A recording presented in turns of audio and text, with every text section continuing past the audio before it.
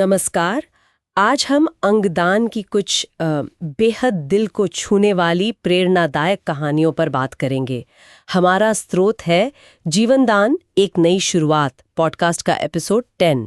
इसकी मेज़बान है CS डॉक्टर सरिता पांडे जी। वो भीमबिरसा इमेंस फाउंडेशन की संस्थापक हैं और झारखंड सरकार की मानव अंग प्रत्यारोपण सलाहकार समिति की सदस्य भी। और हाँ, ये साफ कर दें कि डॉक्टर की उपाधि मानद है उनके सामाजिक कामों के लिए।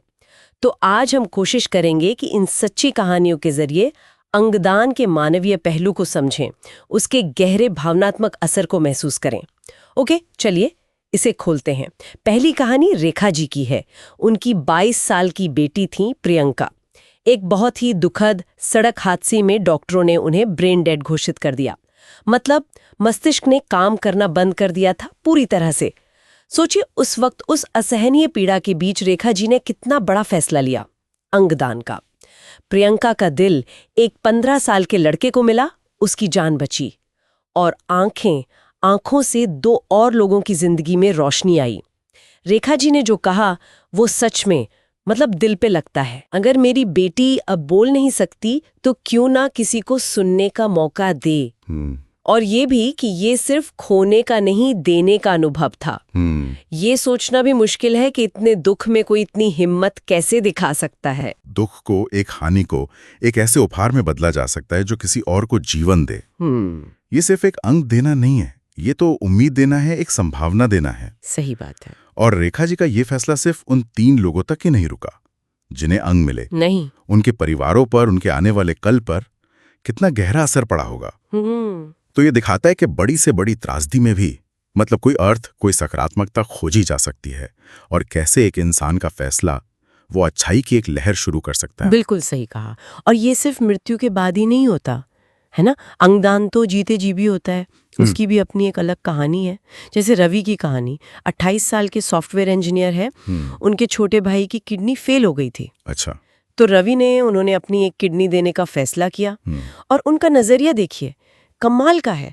वो कहते हैं एक किडनी कम है पर जिंदगी पूरी है। वाह। भी कितना साफ है कि आप जीते जी भी किसी की जिंदगी बना सकते हैं।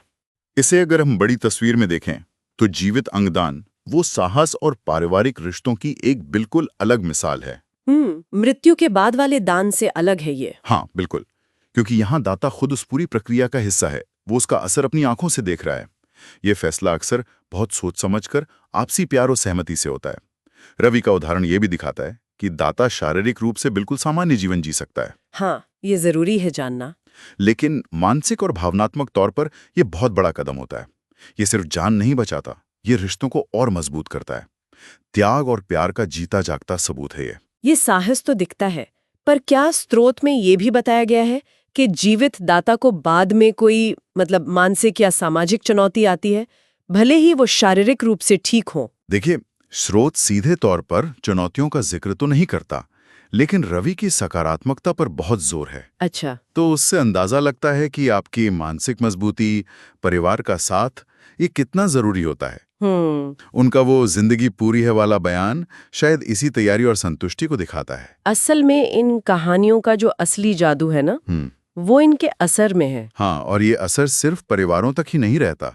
स्रोत बताता है कि एक स्कूल में जब ये कहानियां सुनाई गई तो एक साथ 150 बच्चों ने अंगदान की शपथ ली। अरे वाह, 150 बच्चे! हाँ, और एक और उदाहरण है, एक गांव की महिला हैं, उनके पति का लिवर ट्रांसप्लांट हुआ था।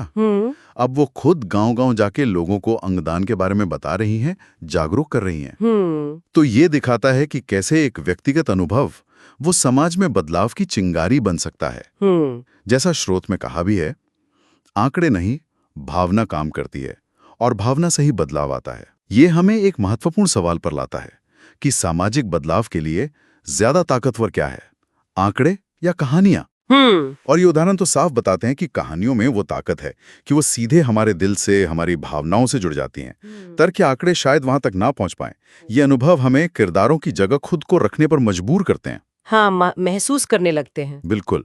तो प्रेरणा सिर्फ दिमागी सहमति नहीं रहती, वो एक गहरी भावनात्मक इच्छा बन जाती है। कहानियां सहानुभूति जगाती हैं और सहानुभूति अक्सर एक्शन लेने का पहला कदम होती है। तो इसका मतलब क्या है, निचोड़ क्या है इसका? सीधा और गहरा मतलब तो यही है कि अंगदान चाहे मृत्यु के बाद हो या जीते जी, ये सिर्फ एक मेडिकल प्रक्रिया नहीं है। ये इंसानियत, करुणा, प्यार, इसका एक बहुत गहरा काम है। ये जीवन का उत्सव है एक तरह से। स्रोत में भी लोगों से यही कहा गया है, डोनर कार्ड भरें, अपने परिवार से इस बारे में बात जरूर करें। हाँ, ये बहुत जरूरी है। और जागरूकता फैलाएं, क्योंकि हर सहमति किसी के लिए जीवन का तोहफा बन सकती है। निश्चित रूप से। और स्रोत का जो मुख्य नारा है, जीवन दो, जीवन पाओ, वो इस पूरी बात के सार को कितनी खूबसूरती से पकड़ता है। ये सिर्फ लेने वाले के लिए जीवनदान नहीं है, देने वाले और उनके परिवारों के लिए भी ये एक अलग तरह का जीवन देने वाला अनुभव हो सकता है। हाँ, दुख में भी एक शांति। बिल्कुल।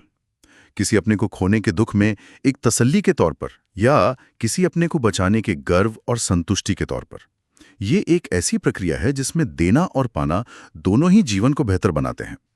और अंत में ये कहानियां हमें सोचने पर मजबूर करती हैं कि हम अपने जीवन के बाद भी, या अपने जीवन काल में भी, दूसरों की जिंदगी को कितना सार्थक बना सकते हैं। यह हमें याद दिलाता है कि जीवन कितना कीमती है और हम सब कैसे एक दूसरे से जुड़े हुए हैं। कैसे एक कहानी, एक फैसला, एक जीवन का अंत किसी दूसरे जीवन की नई शुरुआत बन सकता है। यह कैसे किसी एक का त्याग दूसरे के लिए वरदान।